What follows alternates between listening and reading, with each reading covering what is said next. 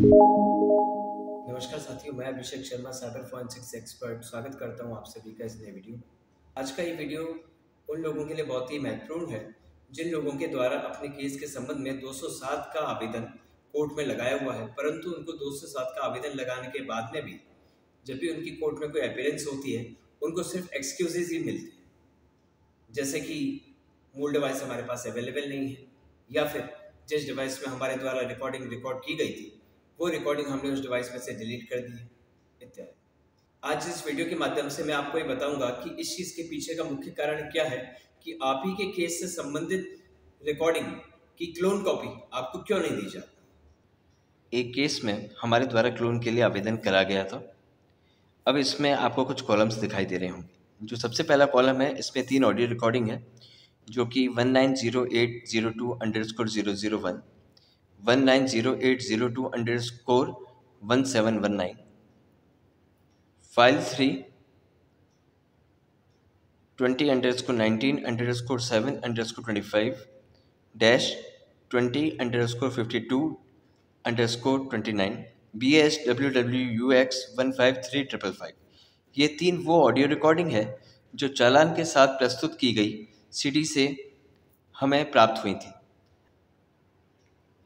अगर इन तीनों audio recording की तरफ देखा जाए तो सामने ये आता है कि तीनों ऑडियो रिकॉर्डिंग अलग अलग डिवाइस से रिकॉर्ड करी गई थी, जबकि रनिंग नोट या चार्जशीट में लिखा गया था कि जो तीनों रिकॉर्डिंग है तीनों एक ही डिवाइस से रिकॉर्ड की गई।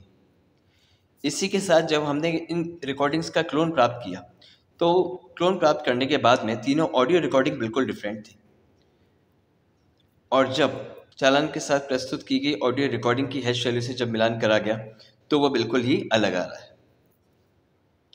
इसी के साथ देखिए, ये 3 ऑडियो रिकॉर्डिंग है 190718_001, 190718_002, 190719_003।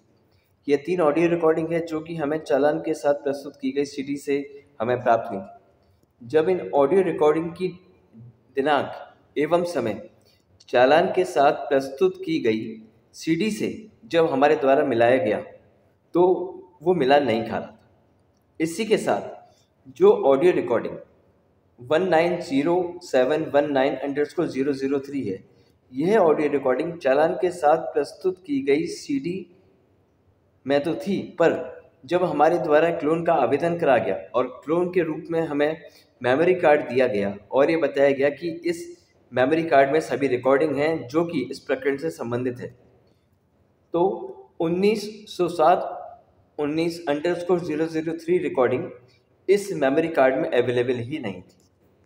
इसी के साथ जब इन तीनों ऑडियो रिकॉर्डिंग की हैश वैल्यू का भी मिलान करा गया तो पहली ऑडियो रिकॉर्डिंग जो है उसका हैश वैल्यू मिलान नहीं हो रहा है।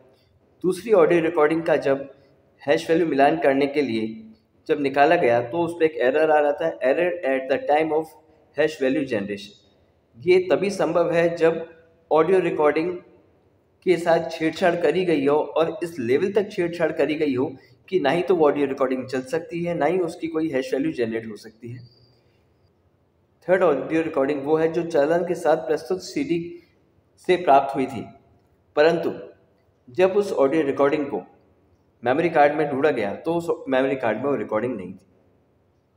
तो साथियों, देखा आपने कितना बड़ा अंतर रहता है चालान के साथ प्रस्तुत की गई सीडी एवं क्लोन के द्वारा प्रस्तुत की गई या आपको प्रदान की गई ऑडियो रिकॉर्डिंग की प्रॉपर्टीज, यानी कि रिकॉर्डिंग कब क्रिएट हुई है, इसकी हैश वैल्यू क्या है, आदि चीज़ों में। दरअसल न देने का कारण ये है कि जितने भी केसेस हमने अभी तक ऑडिट करे हैं उनमें से 90% केसेस इस तरह के आए हैं जिनमें कोई ना कोई फैब्रिकेशन, टेम्परिंग या फिर उनकी जो डेट है, यानी कि रिकॉर्ड होने की, क्रिएट होने की जो डेट है वो आपके चार्जशीट या रनिंग नोट से वो मिलान नहीं खाती। इसी के साथ में अगर क्लोन हमें मिला भी है तो क्लोन की भी डेट उससे मिलान नहीं खाती, और किसी भी ऑडियो रिकॉर्डिंग की डेट यानी कि मॉडिफाइड डेट चेंज होना तभी संभव है जब उस रिकॉर्डिंग में किसी तरह की कोई छेड़छाड़ करने के बाद वापस से उसको सेव किया गया। इसी के संबंध में मेरे द्वारा कुछ वीडियोस भी बनाए गए हैं जो आप मेरे चैनल पे आप देख सकते हैं। इसके अलावा मैंने उस वीडियो का लिंक डिस्क्रिप्शन में डाला हुआ है। साथियों, इसी से संबंधित अगर आपका और भी कोई क्वेरी है तो आप डायरेक्ट आप मुझसे संपर्क कर सकते हैं। मेरी डिटेल्स नीचे डिस्क्रिप्शन में दी हुई है। धन्यवाद। जय हिंद।